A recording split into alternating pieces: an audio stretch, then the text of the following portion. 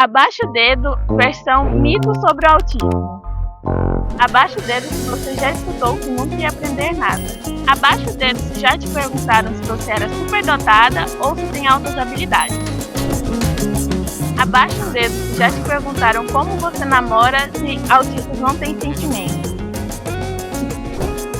Abaixe o dedo se já ficaram surpresos por você entender uma piada, já que autistas são ingênuos e inocentes. Abaixe o dedo se você já escutou que autismo virou modinha.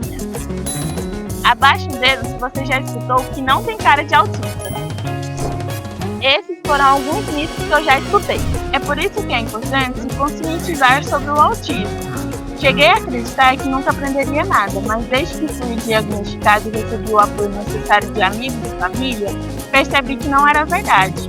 Acesse a cartilha da Defensoria para saber sobre seus direitos.